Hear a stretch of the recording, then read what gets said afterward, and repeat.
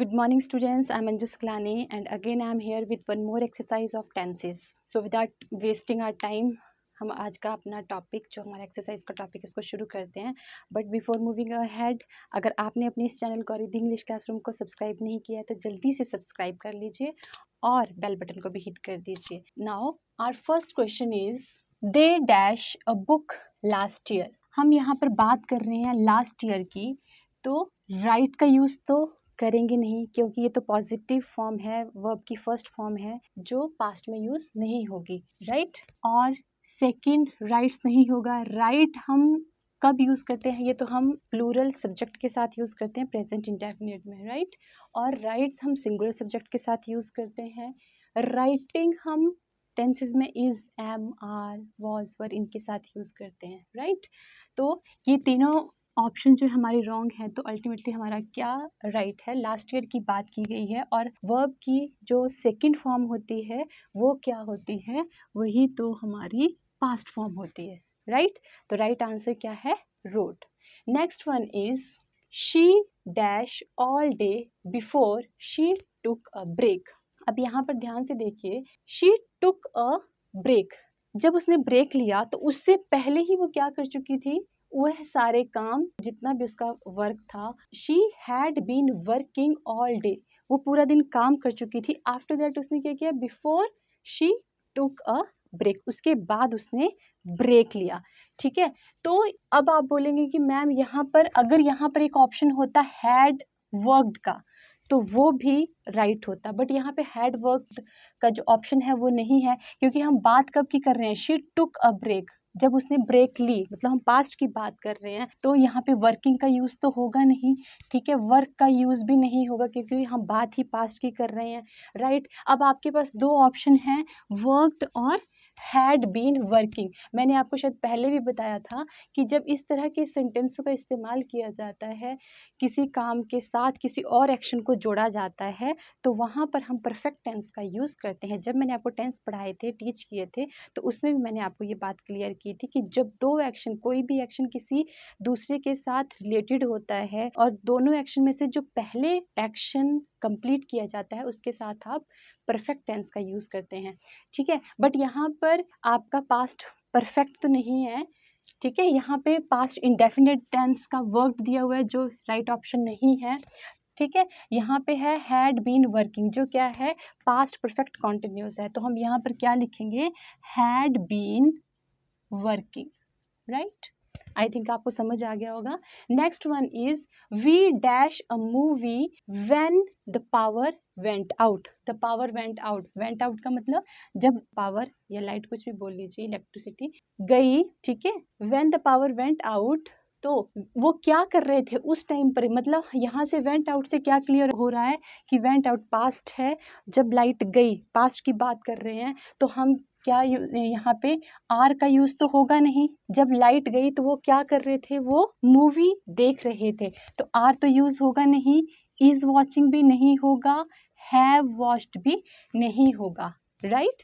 We के साथ हम क्या यूज़ करेंगे, वर वॉचिंग, क्योंकि बात ही पास्ट की चल रही है, तो हम यहाँ पे क्या फिल करेंगे, वर वॉचिंग, राइट.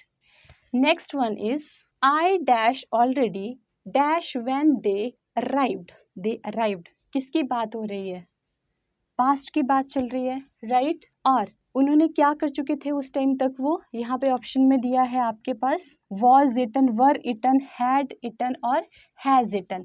अब इसको देखिए कि ये पास्ट की बात कर रहे हैं, तो हैज़ इटन ऑप्शन तो बिल्कुल रॉन्ग है, ये तो आएगा नहीं, ठीक है. वॉज इटन और वर इटन हो सकता है. यहाँ पे क्या दिया है, आई के साथ आप यहाँ पे वर इटन या वॉज इटन, अब हैड इटन, क्योंकि यहाँ पे क्या बोला गया है कि दे अराइव्ड, व्हेन दे अराइव्ड, जब वे पहुंचे तो वो क्या कर चुके थे, ऑलरेडी वो खाना खा चुके थे. जब वे पहुंचे तब वे खाना खा चुके थे, तो खाना खा चुके थे, उसके लिए वॉज और वर का यूज़ तो होता नहीं है, किस चीज़ का यूज़ होता है, had plus V3.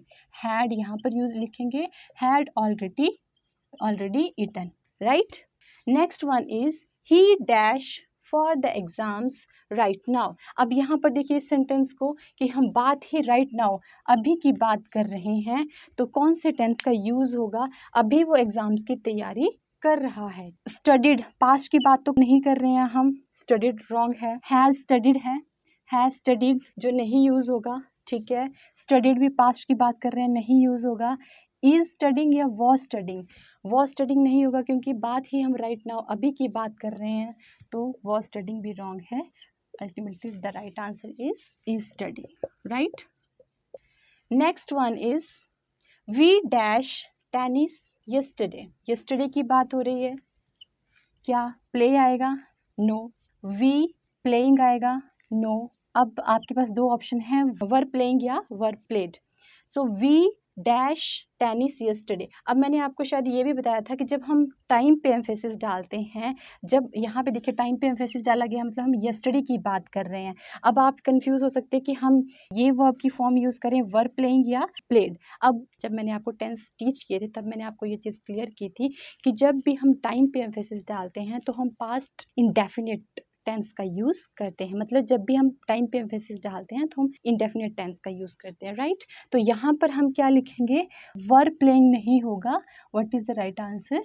Played, right. इसमें टाइम पे एम्फेसिस डाला गया है तो हम पास्ट इंडेफिनिट टेंस का यूज़ करेंगे, जिसका क्या फॉर्मूला है कि उसमें हम वर्ब की सेकंड फॉर्म का यूज़ करते हैं, right. Next one is by the time I arrived they dash already dash eating. अब ये वाला सेंटेंस है, शायद इसी तरह का ये सेंटेंस भी आ चुका है आपको, है ना। तो इसी तरह का ये सेंटेंस है, बट आपको ध्यान रखना है कि इसमें आप क्या फील करोगे, राइट, ठीक है। और मैं आपको इसको अच्छे से क्लियर कर चुकी हूँ पहले भी। ये आप जल्दी से मुझे कमेंट बॉक्स में इसका आंसर लिख के बताइए। Next one is Rohan dash his thumb when he was chopping radish. जब वो क्या कर रहा था? रेडिश को चॉप कर रहा था, चॉपिंग हो रही थी, उस टाइम पे क्या हो गया उसका? रोहन डैश हिज थंब, तो उसका जो थंब था उसको क्या हुआ? अब इसका राइट ऑप्शन क्या होगा? क्या रोहन कट होगा? क्योंकि बात इसमें किस चीज़ की हो रही है? पास्ट की हो रही है, तो आप हैज़ कट नहीं लिखोगे, कट भी नहीं लिखोगे, कट्स भी नहीं होगा। अल्टीमेटली क्या आंसर है इसका? रोहन हैड कट, ठीक। Rohan had cut his thumb, वो अपना क्या कर चुका है? थंब को काट चुका है। कब? When he was chopping radish, ठीक है। तो ये कुछ प्रैक्टिस एक्सरसाइज क्वेश्चन है। अभी ये पहले आप इसका स्क्रीनशॉट ले लीजिए, फिर इसके बाद मैं आपको कुछ और प्रैक्टिस क्वेश्चन करवाती हूँ, तो जल्दी से इसका आप एक स्क्रीनशॉट ले लीजिए। So next question is I will call you as soon as I dash home. अब यहाँ पे आपके पास ऑप्शन है गेट, गॉट, गेटिंग और गॉटन। अब यहाँ पे ध्यान से देखिए कि बात किसकी की गई है? फ्यूचर टेंस की बात की गई है। आई विल कॉल यू, मैं तुम्हें कॉल करूंगी या करूंगा। एज सुन एज, जैसे ही क्या करूंगा? जैसे ही घर पहुंचेंगे, ठीक है। तो गॉट तो पास्ट में यूज होता है, गेटिंग का यूज भी नहीं होगा, गॉटन थर्ड फॉर्म है, ठीक है, जो हैज हैव हैड के साथ यूज की जाती है। तो ये हमारा जो आंसर है क्या है? गेट। गेट का मतलब भी यहाँ पे जैसे आई गेट होम, जैसे ही मैं घर पहुंचूंगा वैसे ही आपको कॉल करूंगा, right. Next one is it is clearly dash that no one is allowed to go inside. अब यहाँ पर देखिए that no one is allowed to go inside. अब यहाँ पे बात की गई है कि क्लियरली बताया गया है कि किसी को भी अलाउड नहीं है। क्या अलाउड नहीं है? मेंशन कर दिया गया है। It is clearly mention, mentions या mentioning that no one is allowed to go inside. जो ये मेंशन करने वाली बात है, ये क्या है? एक फ्यूचर की बात नहीं हो रही है, प्रेजेंट की बात भी नहीं हो रही है, पास्ट में ही पहले ही क्लियर किया जा चुका है कि किसी को भी अंदर जाना अलाउड नहीं है। तो जब बात ही पास्ट की हो रही है तो मेंशन भी नहीं होगा, मेंशंस भी नहीं होगा, मेंशनिंग भी नहीं होगा, क्या होगा? Mention, right, okay. Next one is her hobby dash be singing and playing in solitude. Solitude मतलब अकेला, ठीक है।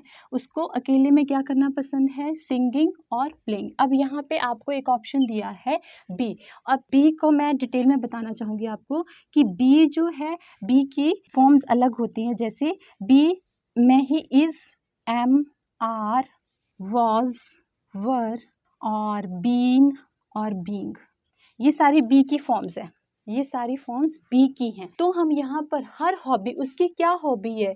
डैश बी सिंगिंग और प्लेइंग इन सॉलिट्यूड। मतलब हम बी को इज एम आर की तरह भी यूज कर सकते हैं अकॉर्डिंग टू सब्जेक्ट और अकॉर्डिंग टू सेंटेंस, और वॉज वर्ब की तरह भी यूज कर सकते हैं, बीन और बीइंग की तरह भी यूज कर सकते हैं। तो उसकी हॉबी की बात की गई है, उसकी हॉबी की बात की गई है, तो ये पास्ट की बात तो है नहीं। और यहाँ पे हर हॉबी किसी लड़की की बात की गई है, तो एम और आर का यूज तो होगा नहीं, और प्रेजेंट की बात भी की गई है, तो हमारा आंसर क्या होगा?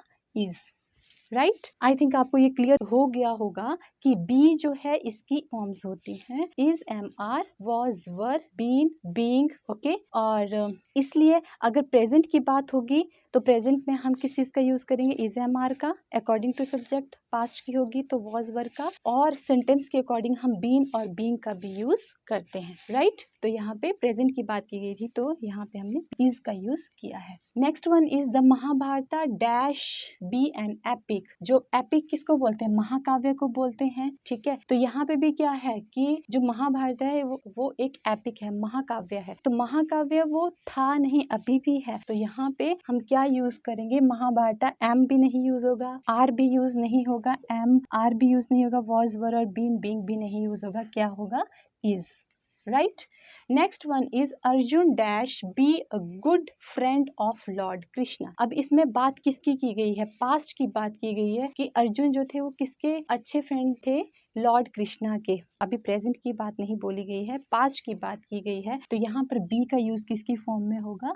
वॉज की फॉर्म में। ठीक है, Arjun was a good friend of Lord Krishna. Next one is every day even when it rains heavily Kiran dash for a morning walk. अब यहाँ पे देखिए कि every day लिखा गया है, every day even when it rains, हर रोज चाहे बारिश, कितनी भी बारिश हो, हैवी रेन भी हो, तब भी क्या है? किरण कहाँ जाती है? मॉर्निंग वॉक के लिए जाती है। तो उसकी हैबिट है, और किरण की बात की गई है तो गो तो यूज नहीं होगा, गोइंग भी यूज नहीं होगा, वेंट भी यूज नहीं होगा। क्या यूज होगा? वेंट हम पास्ट के लिए यूज करते हैं, आईएनजी फॉर्म हम इज, एम और वॉज वर्ब के साथ यूज करते हैं, और यहाँ पे राइट ऑप्शन क्या होगा? गोज।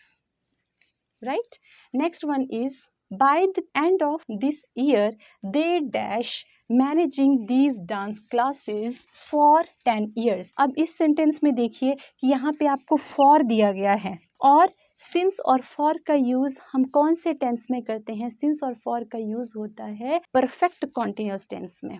राइट, सो एक तो ये इंडिकेशन देता है कि यहाँ पे विल का यूज नहीं होगा, और by the end of this year, इस ईयर के एंड तक क्या होगा? दे, वो क्या करेंगे? Managing these dance classes for, वो 10 ईयर्स के लिए मैनेज करेंगे डांस क्लासेस को। तो वर्क का तो यूज नहीं होगा, दो ऑप्शन हमारे रॉन्ग हैं। अब है हमारे पास हैव बीन और विल हैव बीन। अब यहाँ से जो ये फॉर है, फॉर 10 ईयर, तो ये क्या इंडिकेशन करता है? ये बताता है हमें कि हमें इस सेंटेंस में किस चीज़ का यूज़ करना है? फ्यूचर परफेक्ट कॉन्टिन्यूस टेंस का यूज़ करना है। यहाँ पर देखिए आईएनजी का यूज़ भी किया गया है। ठीक है, तो यहाँ पे क्या यूज़ करेंगे आप? Will have been managing. Right, ये हमारा राइट ऑप्शन है, will have been then managing these dance classes. ये आंसर, ये हैव बीन भी हमारा रॉन्ग है। राइट, सो ये कुछ प्रैक्टिस क्वेश्चंस थे, और अगर आपको वीडियोस अच्छी लग रही हैं तो इन वीडियोस को अपने फ्रेंड्स के साथ शेयर भी कीजिए, और अपने इस चैनल गौरिद्धि इंग्लिश क्लासरूम को सब्सक्राइब भी कीजिए। अगर आपको इसमें कोई प्रॉब्लम, आपको लगता है कि हमें कुछ चीज़ें क्लियर नहीं हुई हैं, तो डिस्क्रिप्शन बॉक्स में आपको सभी टेंसेस की जितनी भी वीडियोज़ हैं उनके आपको लिंक दिए गए हैं, आप जाकर उनको पहले देखिए, फिर आप ईजिली ये क्वेश्चन को सॉल्व कर सकते हैं। तो मिलते हैं नेक्स्ट वीडियो में ऐसे ही प्रैक्टिस क्वेश्चंस के साथ। Till then bye.